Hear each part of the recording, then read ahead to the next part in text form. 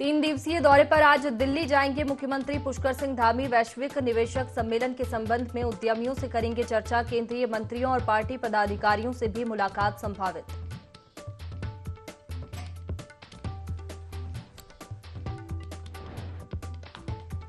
उत्तराखंड में आज भी मौसम का अलर्ट जारी। मौसम विभाग ने देहरादून जिले के लिए जारी किया ऑरेंज अलर्ट। टिहरी, उत्तरकाशी और रुद्रप्रयाग जिले में भी येलो अलर्ट।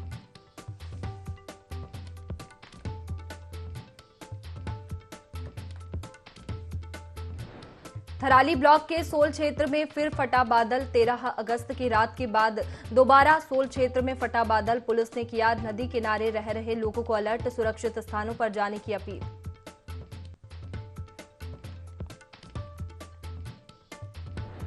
विकासनगर के जाखल में भूस्खलन के चलते मकान हुए जमींदोज। खतरे को देखते हुए प्रशासन ने पूरे गांव को कराया खाली। डीएम ने राहत और बचाव कार्य का लिया जायजा।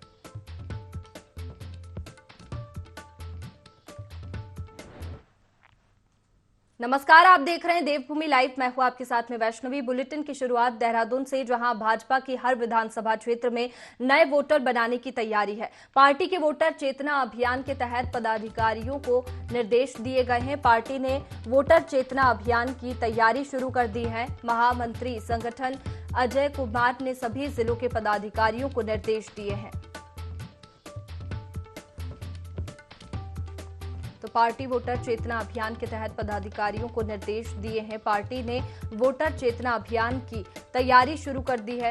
भाजपा की हर विधानसभा क्षेत्र में नए वोटर बनाने की तैयारी है। पार्टी के वोटर चेतना अभियान के तहत पदाधिकारियों को निर्देश दिए गए हैं। पार्टी ने वोटर चेतना अभियान की तैयारी शुरू कर दी। महामंत्री संगठन अजय कुमार और सभी जिलों के पदाधिकारियों को निर्देश दिए गए हैं।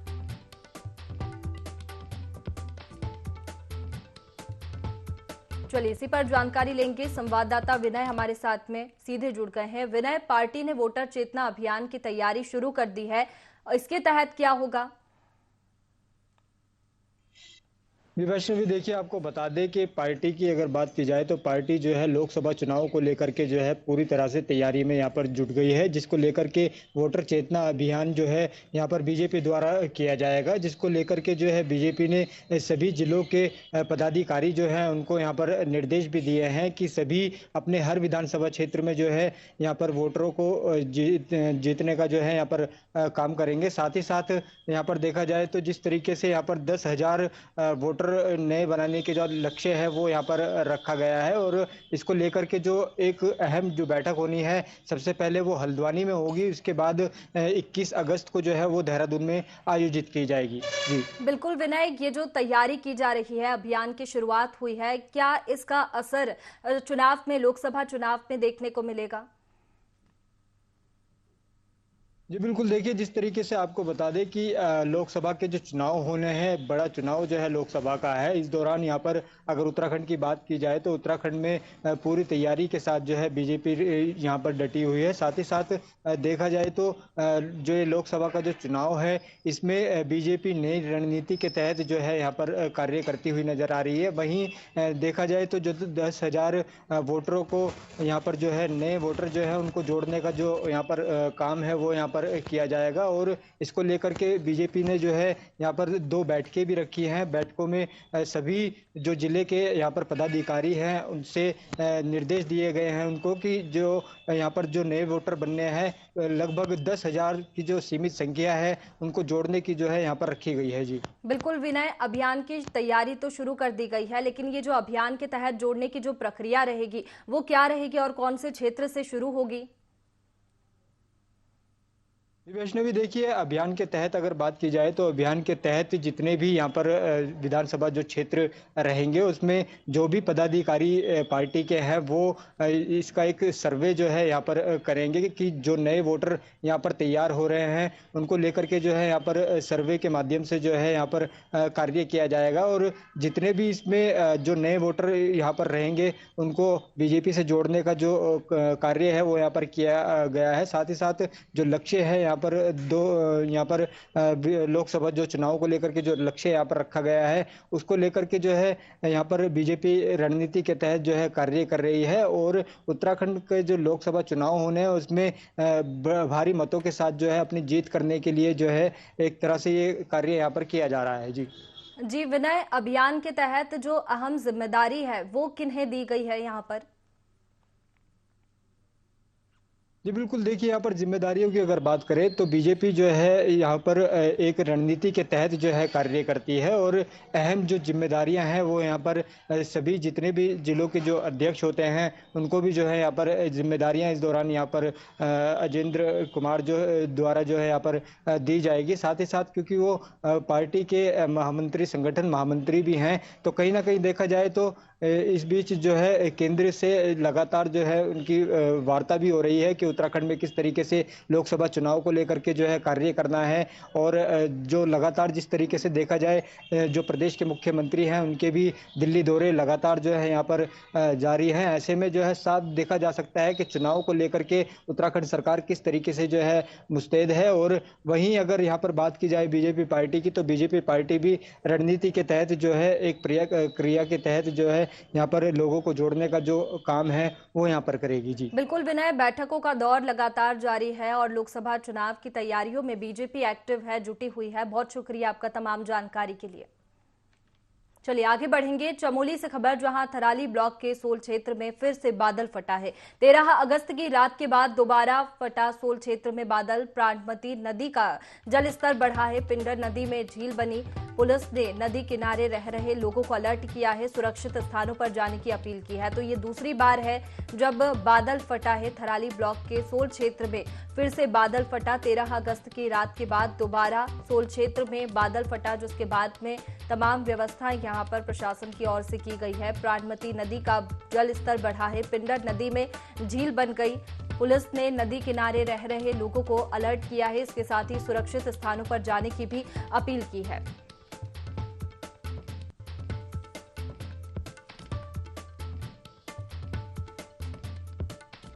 चलिए इसी पर जानकारी लेंगे। संवाददाता मोहन गिरी हमारे साथ में फोन लाइन पर जुड़ गए हैं। मोहन, 13 अगस्त की रात के बाद में दोबारा बादल फटा है, ऐसे में प्रशासन की ओर से क्या व्यवस्था लोगों के लिए की गई है? बिल्कुल, आपको बताना चाहूंगा कि सोन घाटी में फिर एक बार देर रात बादल फटने से तबाही का मंजर यहाँ पे देखने को मिला है। हालांकि जनहानि किसी भी प्रकार की नहीं हुई है, लेकिन जो सरकारी संपत्तियां हैं, लोगों के खेत खलिहान है, वो पूरी तरह नष्ट हो गए हैं। काफी ज्यादा मलबा उनमें फटा हुआ है। वहीं प्राणमती के तेज बहाव ने, तेज उफान ने, जो रौद्र रूप में हमेशा रहती है पिंडर नदी, उसके वेग को भी थाम लिया और कहीं न कहीं झीलनुमा आकार पिंडर नदी का बन चुका है और आवासीय भवनों को लगातार खतरा बना हुआ है। वहीं देर रात की बात करें तो पुलिस लगातार जो नदी किनारे रह रहे लोग थे, जो परिवार थे, उन्हें अलग मोड पर लाती रही और उन्हें सुरक्षित स्थानों पर जाने की अपील करती रही। लोगों ने भी अपने आप को सुरक्षित स्थानों पर जाने का पूरा प्रयास किया। लोग अपने घरों से बाहर निकल आए और सड़कों पर टॉर्च की मदद से पिंडर नदी और प्राणमती नदी के वेग को देखते रहे। कहीं न कहीं पूरी तरह लोग दहशत में, यहाँ पे जो कल रात का मंजर है उसके बाद लोग दहशत में हैं, डरे हुए हैं, सहमे हुए हैं, क्योंकि 13 अगस्त के बाद लगातार तीसरे दिन ये दूसरी घटना यहाँ पे देखने को मिली है, जिससे काफी ज्यादा डर का माहौल लोगों में है। वहीं कल रात की अगर बात करें तो पुलिस और प्रशासन मौके पर डीडीआर टीम के साथ मुस्तैद दिखे कि कहीं से भी इस तरह की कोई अनहोनी की खबर निकल के सामने आती है तो राहत बचाव कार्य शुरू किया जाए। पूरी तरह मुस्तैद प्रशासन रहा है। वहीं ग्वालदम कंकरियाग राष्ट्रीय राजमार्ग की बात करें तो प्राणमती के तेज उफान और पिंडर नदी के वेग से पूरी तरह जो राष्ट्रीय राजमार्ग है, बीच में इसकी दरारें पड़ चुकी है। कहीं न कहीं संभावित खतरा इस राष्ट्रीय राजमार्ग को बना हुआ है और भारी वाहनों की आवाजाही इस मोटर मार्ग पे खतरनाक साबित हो सकती है। फिलहाल मोहन, लोगों को अलर्ट कर दिया गया है। सुरक्षित स्थानों पर जाने की अपील भी यहां पर प्रशासन, पुलिस की ओर से की जा रही है। बहुत शुक्रिया आपका तमाम जानकारी के लिए।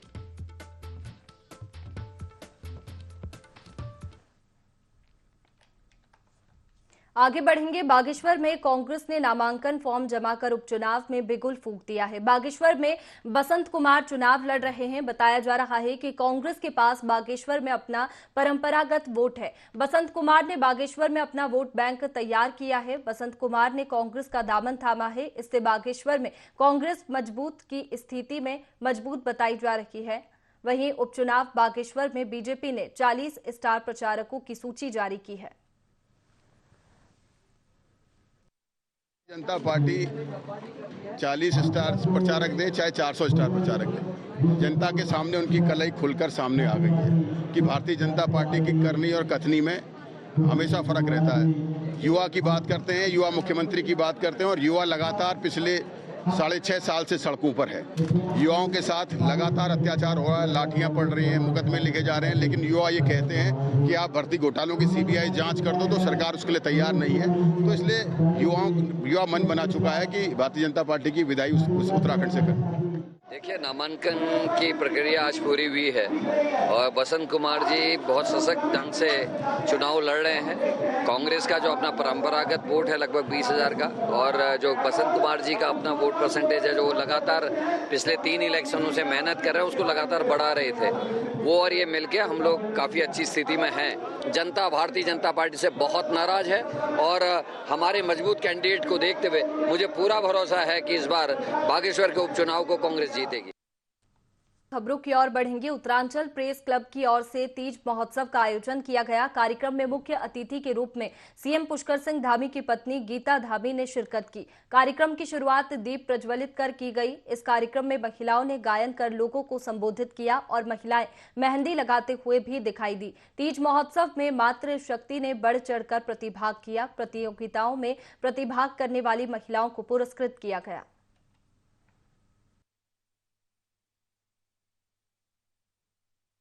उत्तरांचल प्रेस क्लब के द्वारा यहाँ पे तीज का बहुत ही सुंदर आयोजन हुआ। खासकर यहाँ पे हमारी महिलाओं का बहुत सुंदर, महिलाओं ने यहाँ पे आयोजन जो है प्रतिभा किए, प्रस्तुतियाँ दी। और आज की महिलाएं जहाँ घर गृहस्थी संभाल रही हैं, वहीं जो है हमारे समाज के लिए प्रेरणा भी बन रही हैं। वहीं अवसर मिलने पर वो आगे बढ़ती हैं और जो है आत्मनिर्भरता की ओर कार्य कर रही हैं। और मैं समझती हूँ कि ये महिलाएं आगे बढ़ के हमारी समाज की अर्थव्यवस्था को और मजबूत करेंगी, आगे ले जाने का काम। देहरादून में डेंगू का प्रकोप लगातार बढ़ता जा रहा है। बढ़ते मामलों को लेकर स्वास्थ्य विभाग अलर्ट पर है। अब तक देहरादून में 240 मरीजों में डेंगू की पुष्टि हो गई है, जबकि इनमें से 56 डेंगू के सक्रिय मरीज हैं, जिनका इलाज विभिन्न अस्पतालों में चल रहा है। सीएमओ डॉक्टर संजय जैन के मुताबिक सभी अस्पतालों में मरीजों के लिए बेड आइसोलेट किए गए हैं, जबकि देहरादून में 73 बेड आरक्षित किए गए हैं। डेंगू की रोकथाम के लिए स्वास्थ्य विभाग लगातार जागरूकता अभियान चला रहा है। रिपोर्ट के हिसाब से 240 मरीज हमारे जनपद में डेंगू के मिल चुके हैं, जिसमें से वर्तमान में 56 मरीज एक्टिव हैं जिनका कि इलाज चल रहा है। बाकी मरीज हमारे ठीक होके अपने घरों पे जा चुके हैं वापस। जहाँ तक बेड की बात है तो सभी अस्पतालों में हमने डेंगू के लिए बेड को आइसोलेट किया हुआ है। जैसे दून मेडिकल कॉलेज है तो उसमें आज की डेट में 73 बेड हमारे डेंगू के लिए रिजर्व है। जिला अस्पताल में हमने 30 बेड रिजर्व किए हैं। इसके अलावा सभी सामुदायिक स्वास्थ्य केंद्र और प्राथमिक स्वास्थ्य केंद्र में भी हमने बेड को रिजर्व किया हुआ है।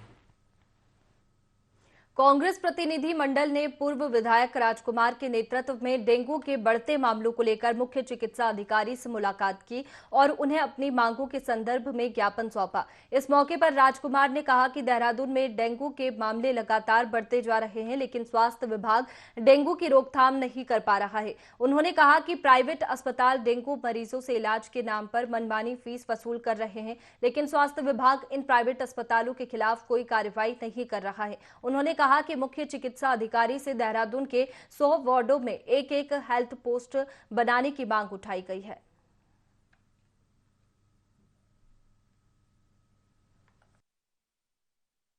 मरीज शहर देहरादून ही नहीं पूरे प्रदेश भर में बढ़ते जा रहे हैं और इनकी व्यवस्था बिल्कुल चरमराई हुई है। हॉस्पिटलों के आप हाल देख लीजिए, बरसात में सारा पानी घुस गया, गंदगी इतनी हो रही है, सब पानी पीने की व्यवस्था नहीं है, स्टाफ इनके पास नहीं है, बेड इनके पास नहीं है और इसके साथ साथ दवाइयाँ तो इन पे है ही नहीं। हमने इनसे अनुरोध किया है आज तो, लेकिन हमने फिर बताया भी है कि हम इसमें प्रदर्शन भी करेंगे इसके साथ साथ कि भाई जितने भी आपके ज़िले में हॉस्पिटल हैं, चाहे प्राइवेट हॉस्पिटल हैं या सरकारी हॉस्पिटल हैं, प्राइवेट हॉस्पिटल को भी आप निर्देशित करें कि इतनी लूट मार ना करें। प्रशासक आँख पे आँख कान से सुन नहीं रहा है। हमने डिमांड इनसे करी है कि पूरे शहर, जैसे नगर निगम शहर है, 100 वार्ड है, इसमें एक एक हेल्थ पोस्ट सेंटर बनाया जाए, जैसे पहले थे। घर घर जाके डोर टू डोर दवाई वितरण करी जाए, उनको पानी की जानकारी दी जाए कि यहाँ पानी इकट्ठा ना हो, और कीटनाशक दवाइयों को छिड़काव किया जाए, और साथ साथ कैंप लगाकर सबकी जांच। चलिए आगे बढ़ेंगे। लक्सर तहसील परिसर में उप जिला मजिस्ट्रेट कार्यालय में उप जिला मजिस्ट्रेट गोपाल सिंह चौहान से तोमर किसान संगठन के करीब सैकड़ों पदाधिकारी और कार्यकर्ता मुलाकात करने पहुंचे। जनहित के विभिन्न मुद्दों को उठाते हुए विभिन्न मामलों की शिकायत की गई। इस दौरान अवैध खनन का मुद्दा उठाकर शिकायत करते हुए इसके निष्पक्ष और विस्तार पूर्वक जांच की मांग भी उठाई गई। वहीं भारतीय किसान यूनियन तोमर संगठन के कार्यवाहक प्रदेश अध्यक्ष चौधरी परविंदर सिंह ने ज्ञापन सौंपते हुए वक्त बाढ़ के कारण आई आपदा से पीड़ित किसानों के लिए मुआवजे की कार्यवाही में गड़बड़ी का अंदेशा जताया। उप जिला मजिस्ट्रेट ने निष्पक्ष कार्यवाही का आश्वासन दिया है। संज्ञान में आया, हमने खुद देखा भी है, उसमें कोई परमिशन नहीं है, और परमिशन है तो सरकारी जो वो है डंप करने का उसके लिए है, पर वो जो है अलग तरीके से मिट्टी का भराव कर रहे हैं, दूसरी जगह अपना पैसे कमाने का काम कर रहे हैं। और एक जो किसानों के चेक मिल रहे हैं उनके लिए जो मुआवजा मिलना है वो सही तरीके से नहीं मिल रहा है, और उसकी निष्पक्ष जांच हो, निष्पक्ष तरीके से मुआवजा किसानों को मिला, इसके लिए हम विशेषकर आज एसडीएम साहब से मिलने आए। कुछ इन्होंने 4-5 बिंदु हैं जो जिसके संबंध में ज्ञापन दिया है, और मोस्टली तो जो मुआवजे का जो हमारा काम चल रहा है, जो यहाँ पे जल भराव हुआ था और गन्ने की जो फसल है या अन्य जो फसल है वो जो खराब हुई थी, तो हमारा अभी सर्वे का काम चल रहा है, और कुछ गांव में हमारा हो भी गया है, बल्कि 106 गांव में हमारा वितरण भी हो गया, मुआवजे का वितरण भी हो गया है। 166 गांव हमारे टोटल हैं, बाकी पे हमारा सर्वे का काम चल रहा है। 5-7 दिन में हमारा सर्वे का काम कंप्लीट हो जाएगा। और मेरा सभी पटवारियों को, तहसीलदार को, नायब तहसीलदार को ये निर्देश दे रखा है कि जिसका नुकसान हुआ है उसको मुआवजा मिलना चाहिए और निष्पक्ष जांच उसकी होनी चाहिए। और अगर उसके बाद भी कोई शिकायत आती है तो नायब तहसीलदार की अध्यक्षता में एक कमेटी बना रखी है, अगर इस तरह की कोई भी शिकायतें आएंगी तो उसको क्रॉस चेक भी कर लिया जाएगा। देहरादून में सिख समुदाय ने आनंद कारज में रजिस्ट्रेशन की व्यवस्था लागू करने पर मुख्यमंत्री पुष्कर सिंह धामी का धन्यवाद करते हुए सम्मानित किया। इस दौरान मुख्यमंत्री पुष्कर सिंह धामी ने कहा कि आनंद कारज मैरिज एक्ट व्यवस्था लागू करने से कई फायदे होंगे, महिलाओं बच्चों को उनके हक मिलेंगे। इस मौके पर सीएम धामी ने श्री गुरु सिंह सभा के गरीब कल्याण के कार्यों की सराहना करते हुए 25 लाख गरीब कल्याण एवं 25 लाख रुपए गरीब बच्चों के स्कूल के उत्थान के लिए देने की घोषणा भी की। सराय काफी गरीब लोगों के लिए, जरूरतमंद लोगों के लिए काफी सेवा के काम करती है, इसलिए अल्पसंख्यक कल्याण निधि से 25 लाख रुपए देने की मैं यहाँ पर घोषणा करता हूँ कि 25 लाख रुपए की धनराशि इसको दी जाएगी। और इसके अतिरिक्त जो हमारा पूरा समाज है वो पूरे सेवा भाव से काम करता है, उसमें जो हमारे गरीब बच्चे होते हैं उन परिवार के बच्चों को, समाज के अन्य तबकों के लिए जो आपने विद्यालय खोले हैं, मैं ऐसे विद्यालयों में संसाधन उपलब्ध करवाने के लिए भी 25 लाख रुपए की धनराशि, ठीक है।